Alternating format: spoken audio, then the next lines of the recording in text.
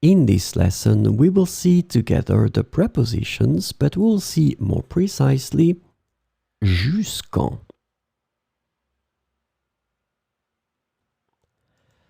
So, of course, the first thing that we need to see together is what is une preposition?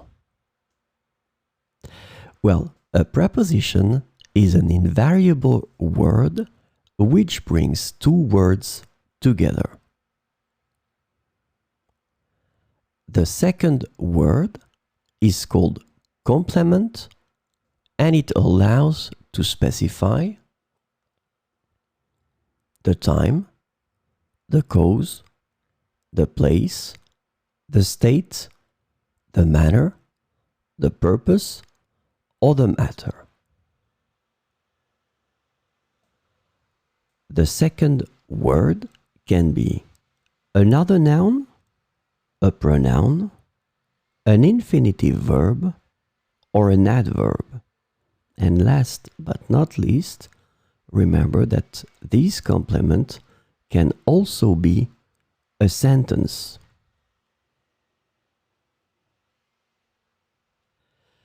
So this lesson is about jusqu'en. And the preposition jusqu'en can be translated into until, up to, and as far as in English. So we will see four examples with jusqu'en. Elle voyage jusqu'en Asie pour son travail. Elle voyage jusqu'en Asie pour son travail. Nous avons marché jusqu'en haut de la colline. Nous avons marché jusqu'en haut de la colline.